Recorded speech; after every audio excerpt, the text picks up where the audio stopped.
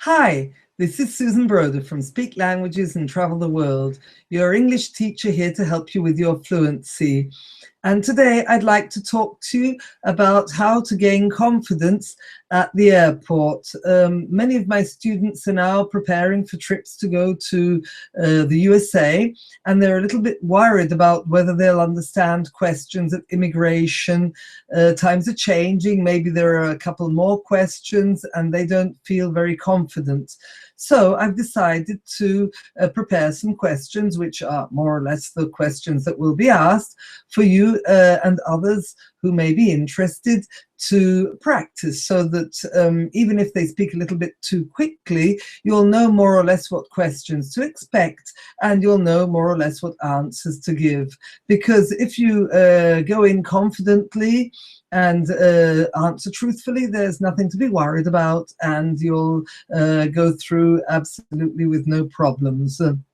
I've also prepared some questions which they may ask you if you're checking into the airport on the way home, and therefore not in your home country, and you'll be asked questions, also security questions. So let me see if I can share the first document with you so that you can see what I mean. So presuming that you actually get into get on the flight in your own country, but on the way back you may be checking in to, for example, if you're in the US, you'll be speaking English at check-in, and the ground hostess will probably ask you questions. Well, she'll probably say, "Good afternoon, here's your ticket and passport, please." Sorry, she'll ask, "Can I have your ticket and passport, please?" And when you pass these, it's very natural to use the expression, "Here you are." Here you are is when you pass an object. After which they'll probably ask, "Is this your baggage?" And very often they now ask you, "Did you pack it yourself?" Because they want to make sure that since you're responsible for your baggage, that you know what's inside. So then they'll ask you, "Are you carrying anything for anyone else?" That could be a present, but it could also be somebody who happened to stop you and say, "Oh, can you take this and post it when you get there?" So you have to answer truthfully whether you are or not carrying something for someone else. Have you had it with you at all times? They're worried that you may have left your baggage, I don't know, outside the toilet whilst you went to the bathroom, and maybe someone has put something in it. So they really want to see whether you've been taking care of your baggage. As a result, they'll ask you, "Do you know what's in it?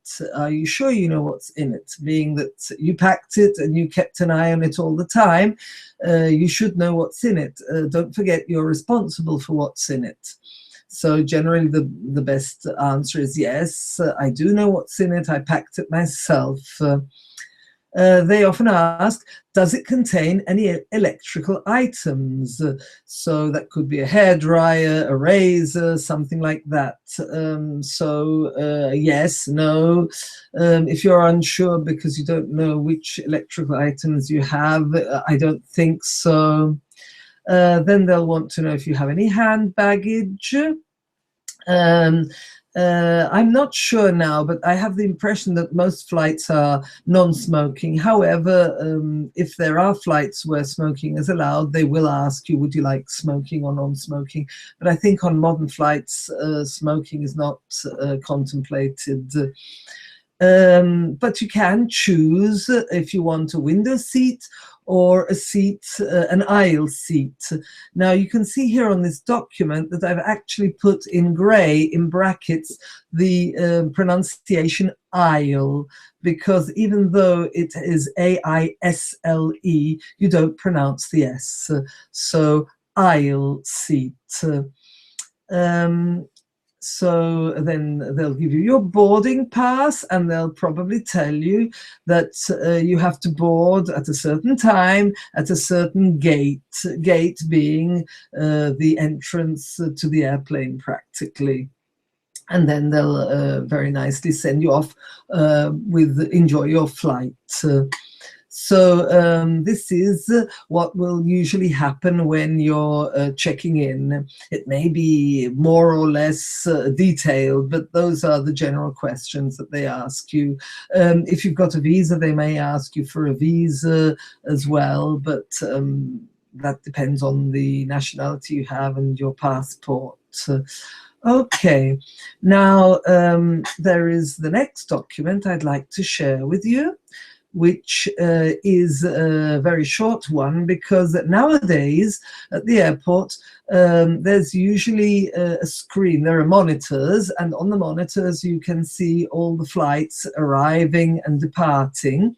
However, in exceptional cases, if there are changes, last-minute changes, and they notice that the passengers are not arriving, if they've changed the gate or if there is anything important, they will actually make an announcement, and the loudspeaker will usually say something like, "This is a special announcement for passengers on flight BA 617 to London due to technical problems.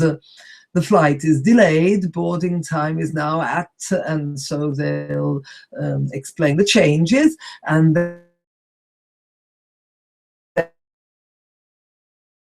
then they often pronunciation.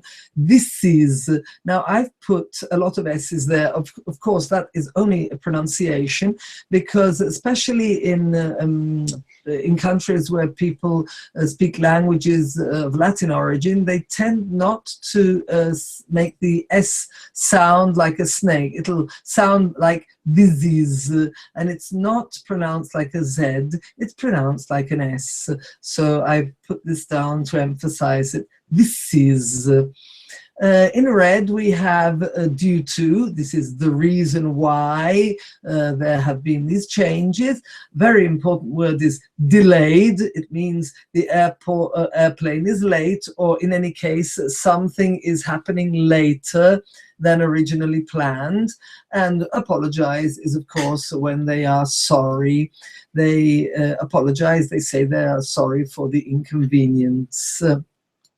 So at this point, we've sorted out our departure, and now, I hope I've shared, yes, we are at the other end, at our destination. Now, in particular, there are usually these questions which are asked. In this case, I've taken the example of the United States because I have a few students leaving for the United States and who are particularly nervous whether their English is up to standard, and so we've been practicing these sentences. So very likely the immigrations officer will ask, "May I see your passport, please?" And then we'll ask, "Where are you coming from?" So they may, depending on the kind of question, they may actually want to know where you got on the flight, or where your original departure point was, because I've given the example here of Paris, France, but maybe you got on a flight from a different place, and then you had a quick stopover in Paris and continued to the US. So where are you coming from could be your original country, but sometimes in the immigration form they want to know where you boarded this particular flight. So what's the purpose of your visit? This is always a classic question. I'm here on business, I'm here as a tourist, I'm here as a student, I'm here visiting friends, or I'm here visiting relatives, are all very simple answers you can give. How long are you planning to stay? I'll be staying for a week, 3 weeks, depending. Where will you be staying? So I've given the example of I'll be staying at a hotel, but of course you could be staying with friends or with relatives, in which case they'll ask you a few more details, maybe a phone number, an address, or something of the person you'll be staying with. Have you been to the US before? This is a question they might ask you because they want to know if you're entering for the first time. So you can say, no, this is my first time, or yes, I came in, and put the year you came in, or I've been various times. Do you have anything to declare? Well, I presume you don't. And then you can enjoy your stay.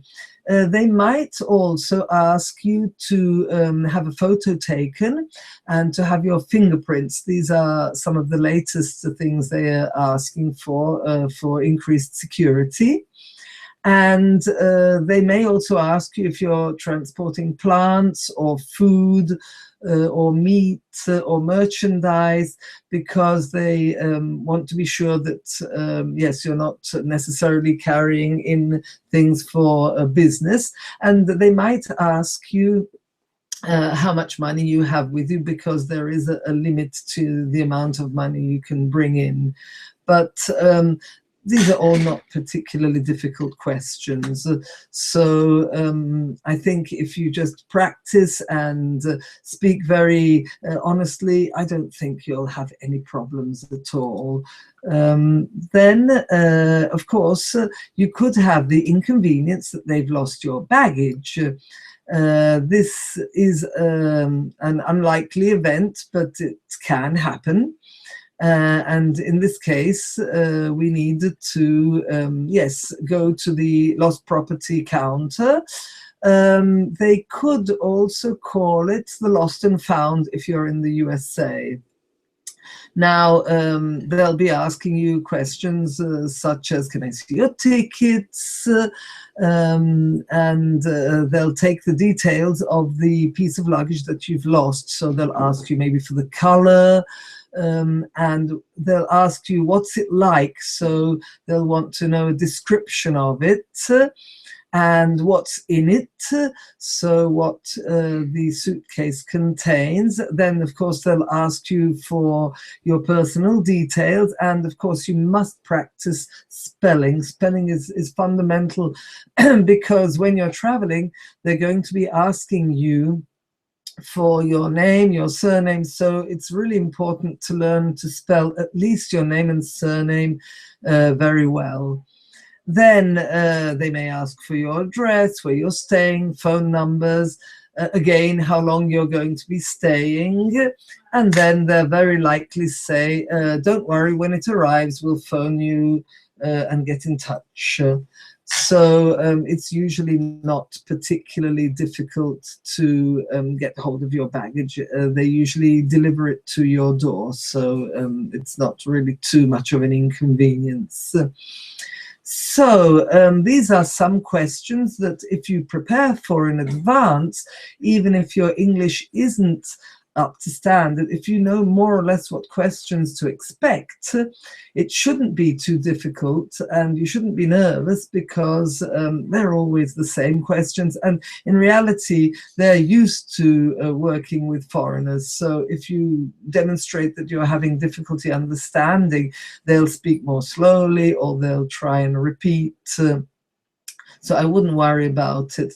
However, if you do want to practice a little more, I have a video with some real live questions that you can listen to. They were actually questions which were asked to Native Americans, so they are really fast, full speed, but I've put them on repetitively so you can hear them a few times.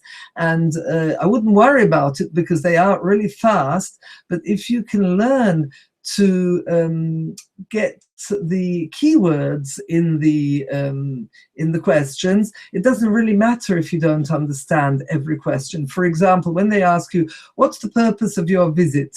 So if you hear purpose and visit, that's probably sufficient to understand the question. Also being taking into consideration that we're actually preparing for it. So you know that's the kind of question they'll ask you. So what you have to do if you listen to this video, I'll put the link on at the end, is to listen for the keywords. And if you hear the keywords, you know what question it is, and it won't be a problem to answer. Okay, so I hope this was useful information for you. Don't forget to subscribe here, and do download the free fluency exercises that will help you speak better from the link in the description below. And I look forward to seeing you in the next video. Okay, that's all then from me. Bye. Goodbye.